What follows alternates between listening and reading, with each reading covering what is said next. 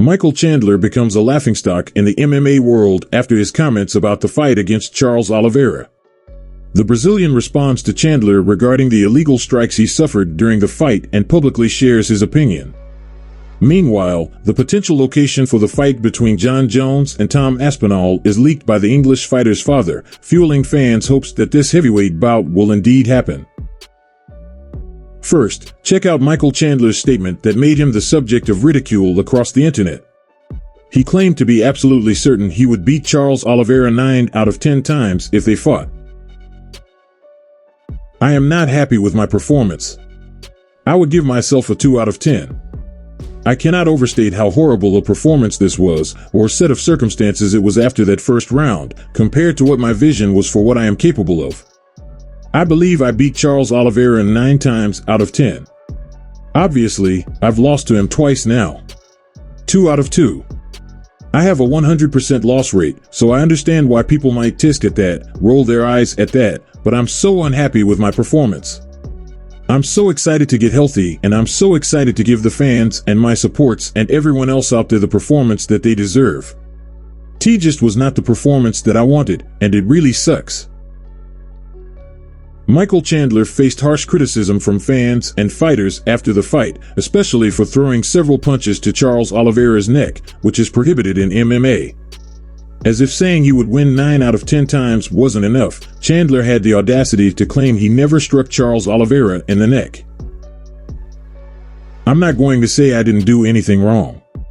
I'm not going to say that people couldn't look at it and splice it and look at it under a fine-toothed comb and a magnifying glass. But the unified rules of MMA say there is a line drawn from the crown of the head down to the neck, 1-inch variance on either side. So you're talking about a 2-inch area on the back of someone's head that is considered the back of the head. And if you watch, 90% of the shots, at least, most of them, almost all of them, or at least where I was aiming, all of them, my fist was catching the ear. So if you're catching the ear, that is not the back of the head.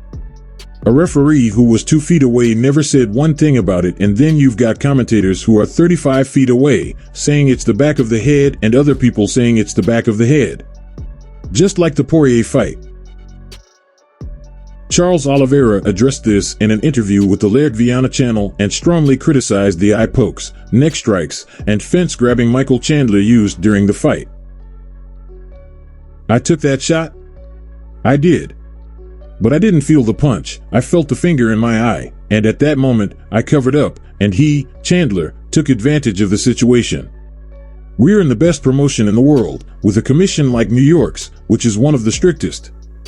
And there were eye pokes, grabbing the fence, multiple punches to the back of the head. If it were the other way around, would it have been allowed? That's the question that lingers. I didn't feel the knockdown. In the first fight, yes, I felt his punch, but not in this one. Every punch I took, I stayed calm. If you watch the highlight, he throws a punch from way back and then comes with his left hand right into my eyes. So, in reality, it wasn't the knockdown that I took but the finger in my eyes.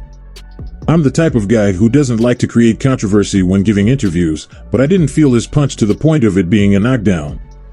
Of course, he hits very hard, but honestly, I didn't feel that shot. What happened was he poked me in the eye. My eye is really red, and I've already been talking to the doctor to figure out what happened. And because my eye was so bad, I went for a bad takedown, and that's when he capitalized on the moment to get the upper hand. Michael Chandler later said he was very upset with the public's comments accusing him of illegal strikes, claiming it was all a big misunderstanding and that things didn't happen the way people think they did. Chandler argued that those judging him weren't as close to the action as he was and therefore have no authority to criticize him. I was a lot happier before I watched the fight than I was after I watched the fight. Not necessarily the fight itself, just the commentary, watching it on TV compared to being in the arena. If you were there that night, a lot of people were wowed by it. They loved it. It was an awesome fight. But watching it on TV wasn't as appealing to me. A little bit of the commentary, when it comes to some of the stuff that they were saying. The misinterpretation of what the back of the head is by the unified rules of MMA. The misinterpretation of what cage grabbing is, and a couple of different things. It's all water under the bridge at this point, but more than anything, I'm an honest guy. I try to live pretty full of integrity and full of honesty, and a narrative that has been painted is not very interesting to me. I'm not very happy about it. But it's all a part of it. Things are happening. T's going 1,000 miles an hour. And ultimately, you're dropping a guy, you're down on points, you're trying to hit him, and you're trying to get him out of there. I'm not 100% thinking about that little red line between the back of the head the whole time. Tom Aspinall is being widely regarded as the only fighter capable of beating Jon Jones, with millions of fans around the world asserting that Aspinall is the biggest challenge for the American. However, Jon Jones' coach disagrees and says Jones has faced even tougher opponents than Aspinall. Check it out. He's had a great heavyweight career so far.